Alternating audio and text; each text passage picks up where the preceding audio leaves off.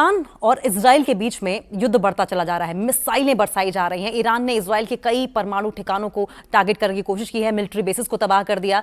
Iran ने अस्पतालों को टारगेट किया है और इजराइल इस वक्त सिर्फ और सिर्फ कई बारूदी ढेर के बाद जो खंडहर बनता है उसमें नजर आ रहा है। इमारतें ध्वस्त पड़ी हैं, अस्पताल टूटे पड़े हैं, न जाने कितने इजरायली सैनिक मारे गए हैं, इजरायली लोग मारे गए हैं, सिविलियंस मारे गए हैं। ईरान ने साफ तौर पर आयतुल्लाह खमनेई की अगर बात करें तो कसम खा ली है कि निस्त नाबूद कर देंगे इजराइल को। हालांकि ईरान की न्यूक्लियर प्रोग्रेस ने क्यों नेतन्याहू की नींद उड़ा रखी है, क्योंकि असल युद्ध की वजह तो यही है। ईरान अगर न्यूक्लियर पावर पर, न्यूक्लियर एनर्जी पर काम कर रहा है तो इजराइल को मिर्ची क्यों लग रही है? क्या है मायने इसके? इजराइल ईरान कॉन्फ्लिक्ट क्यों इतना बढ़ता चला जा रहा है? ईरान का परमाणु कार्यक्रम लंबे समय से चर्चा का विषय बना हुआ है, लंबे टाइम से ये टॉक ऑफ द टाउन बना हुआ था। इजराइल ने ईरान पर हमला किया, अटैक किया, जिसमें कई न्यूक्लियर साइट्स और मिलिट्री कैंप्स को निशाना बनाया। इजराइल का दावा यह है कि ईरान का परमाणु कार्यक्रम मिडिल ईस्ट के लिए खतरा है। ईरान ने यूरेनियम एनरिचमेंट किया है, जिससे कि दुनिया की चिंताएं बढ़ती हुई नजर आ रही हैं। ईरान का परमाणु कार्यक्रम, ईरान का न्यूक्लियर प्रोग्राम क्या है? देखिए, ईरान का न्यूक्लियर प्रोग्राम लंबे समय से वर्ल्ड लेवल पर एक चर्चा का विषय रहा है।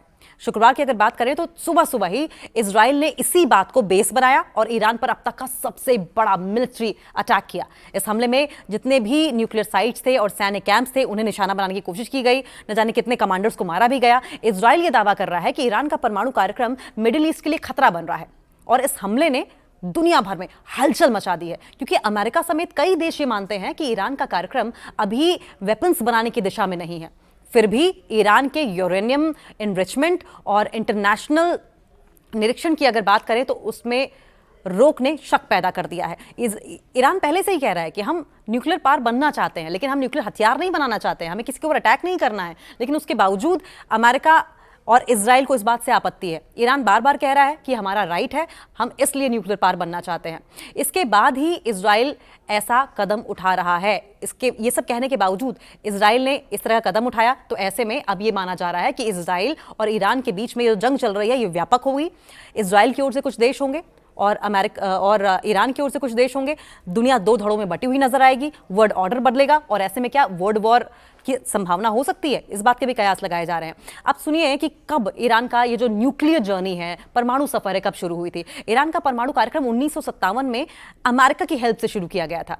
तब शाह के शासन में इसका मकसद केवल शांतिपूर्ण ऊर्जा को बनाना था। फिर 1979 की इस्लामिक क्रांति जो हुई उसके बाद अमेरिका ने समर्थन बंद कर दिया और इसके बाद ही परमाणु को लेकर ईरान के इरादों पर सवाल उठने लगे कि न्यूक्लियर पावर बनना चाहिए, न्यूक्लियर एनरिचमेंट करना चाहिए ईरान को या नहीं। इस पर क्वेश्चन मार्क लग गया, क्वेश्चंस रेज होने लगे। ईरान ने यूएन की परमाणु अप्रसार संधि यानी कि एनपीटी पर सिग्नेचर कर दिए और इसमें ईरान ने परमाणु हथियार न बनाने का वादा किया, न्यूक्लियर वेपन न बनाने का ईरान ने वादा किया है, जिसको वो अभी भी कोट कर रहा है कि हमें न्यूक्लियर वेपन बनाने ही नहीं है, लेकिन न्यूक्लियर पावर तो बनने दो। लेकिन हाई लेवल पर ईरान ने यूरेनियम एनरिचमेंट किया, मतलब साइन तो कर दिए, लेकिन ईरान हाई लेवल पर, बहुत ही मास लेवल पर यूरेनियम एनरिचमेंट करता रहा, जिससे कि वर्ल्ड लेवल पर चिंताएं बढ़ती रहीं।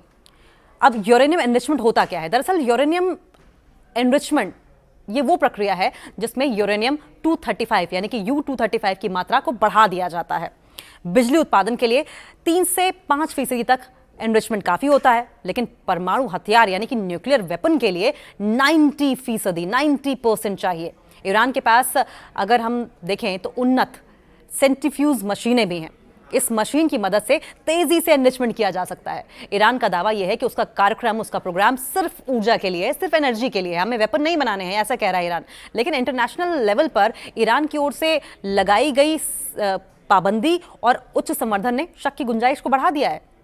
इजराइल क्यों परेशान है ये भी समझिए। इजराइल का हमला क्षेत्रीय तनाव को यानी कि रीजनल टेंशंस को और ज्यादा गहरा कर सकता है। ईरान अगर परमाणु हथियार की दिशा में बढ़ा तो मिडिल ईस्ट में शक्ति संतुलन जो है, पावर बैलेंस जो है वो बिगड़ जाएगा और वैश्विक समुदाय को यानी कि वर्ल्ड लेवल पर इंटरनेशनल फोरम के लिए ये इसलिए भी इंपॉर्टेंट है क्योंकि ये न केवल रीजनल बल्कि वर्ल्ड पीस को खतरे में डाल सकता है।